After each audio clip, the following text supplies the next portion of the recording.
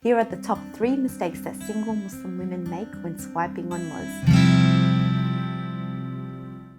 Are you tired of swiping endlessly without finding any good matches? If that's the case, then this is for you. Assalamu alaikum. My name is Hannah Al-Gashingi. I'm the co-founder of Muslim Love Coaches, and alongside my husband Ammar, we're on a mission to help 5 million single Muslims have the tools to find their partners and be in a healing, nourishing, and Allah-centered relationship. Perhaps you've been on Muzz for quite some time. You've been swiping and swiping, but yet you can't find the one. Perhaps you're starting to say, maybe there are no good men out there. Maybe I'll never find my husband online. If that's the case, then this video is for you. So many of my clients come to me feeling so burnt out by the whole process. They say to me things like, I feel like I've met every guy online, that I've seen every profile, and there's just no one out there that matches me. When we actually analyze it and look deeper, we find that they're actually making one of these 3 mistakes. So let's get into it, the psychology of swiping. First of all, these are the big mistakes. Mistake number 1, when swiping, you're swiping when you're bored or feeling lonely. And that's a mistake, because when you're feeling bored and lonely, you're actually not there purposefully and intentionally. Imagine you come after a long day of work, you're bored, you got nothing to do, and you just swipe endlessly. You're not going to be intentional and you're going to get burnt out really quickly. Likewise, if you're just swiping when you're lonely, your intention, your sadness, your emotions are not going to allow you to really show up for yourself and know what exactly you're looking for. So instead of swiping when you're bored and lonely, be purposeful. When I say purposeful, take a moment to take a deep breath in and out before you go on the app. Realign your intention about why you're actually doing this. Re-inspire the hope that we spoke about in episode 1 with your busting dua, something that excites you, so that when you come on the app, you're excited. You're one step closer to finding your husband. Tell me, what's the energy going to be like? Imagine if I told you, I want you to come and I want you to do this thing for me. But you're feeling so tired and you're not bothered and you're feeling a little bit annoyed. How is it going to be like doing that task? You're probably going to find it 10 times harder to do that task, right? But imagine if I asked you to come and do something for me, but you're feeling excited and you've got the energy and you're intentional behind it. Wouldn't it make the task so much more enjoyable? Likewise, why are we coming to Muzz feeling so bored and lonely when we can choose to come feeling so excited and so energized? And that's purposefully what I did while I was on my journey to finding my husband Ammar. I was intentional every time I went on the app. I didn't just go on the app if I was feeling bored or lonely. In fact, I avoided those times because I knew that I would just make myself miserable, that I wouldn't be intentional in finding my husband. I came into the app purposeful, like I am going to find my husband, inshallah. I know he exists. I'm one step closer. That's what I kept telling myself. I'm one step closer to finding my husband. And I used to make it enjoyable for myself. I had my best friend along with me and my brother, and I would update them. I'd be like, hey, look at this funny profile. And I would send them things that I found funny that I saw, and I would laugh about it. I'd make it light, I'd make it humorous, rather than making it feel like such an intense, heavy journey. So that's number 1 mistake. Swiping when you're feeling bored or lonely, and instead swipe when you're feeling excited and energized, and just see the difference. I invite you to try it. Mistake number 2, you're swiping based on photos and not bios. Yes, I get it. Some guys are extremely good looking and you're just like, oh yes, I want to match with him. But his bio is vague. It just says, ask me anything, looking for something serious, or worst of all, there's actually nothing on his bio. Those are bios you actually want to avoid swiping on. But you might be like, why, Hannah? He's good looking. So what? Like, maybe I can give him a chance. Maybe he just didn't have the time. Well, if he's not showing up fully, then that means he's not really committed. Yes, that's a big statement to make, because if someone was really committed, they're going to show up fully. And when I say show up fully, they're going to put the effort in. Do you really want a husband that puts in minimal effort into his bio? Think about what that really reflects on his character. Instead, you really want to opt for somebody that has photos that are aligned with what you're looking for, and also a bio that has effort. So I always say this to my clients. If he only has a one-liner on his bio, or he has no bio at all, that is a match you don't want to match with. You need to swipe left, not swipe right on that profile.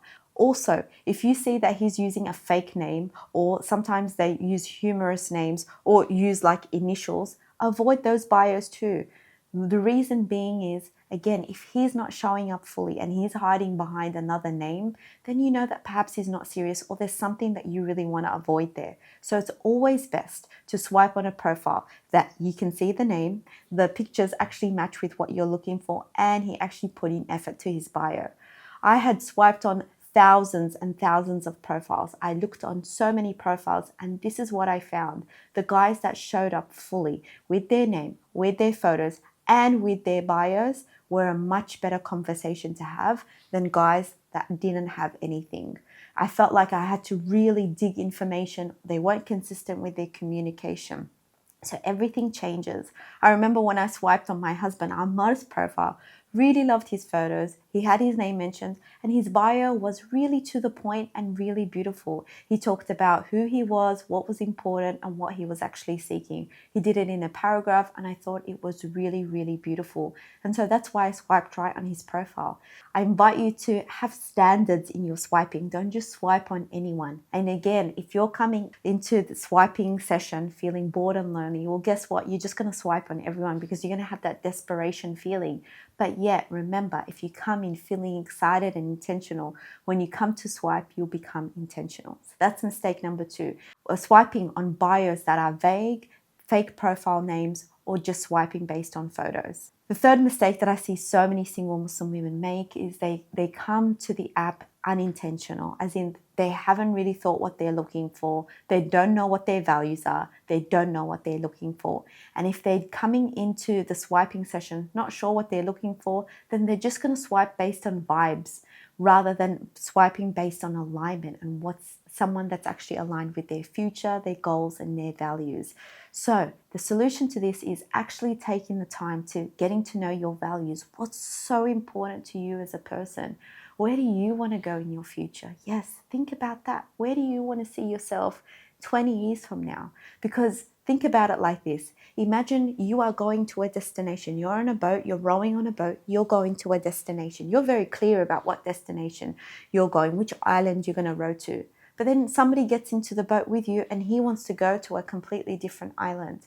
What do you think is going to happen, right? You want to go in separate directions. And so there's actually not going to be any growth. In fact, it actually doesn't make sense that you get into the boat together. It's the same thing with marriage. The more clearer you are on the mountain or the island that you want to row to, the better choice you'll have, because then you can choose somebody that also wants to head in that same destination. And so take that time to ask yourself, what mountain do I want to go to? What island do I want to go to? And of course, this is metaphorically in saying, where do you want to see your life 10 years, 20 years, 30 years from now? And who would be in alignment with that? What type of guy, where would that guy be? What type of guy would be in alignment in where you're heading? Having that answered from the get-go makes a world of a difference. I was very clear on my mission in life.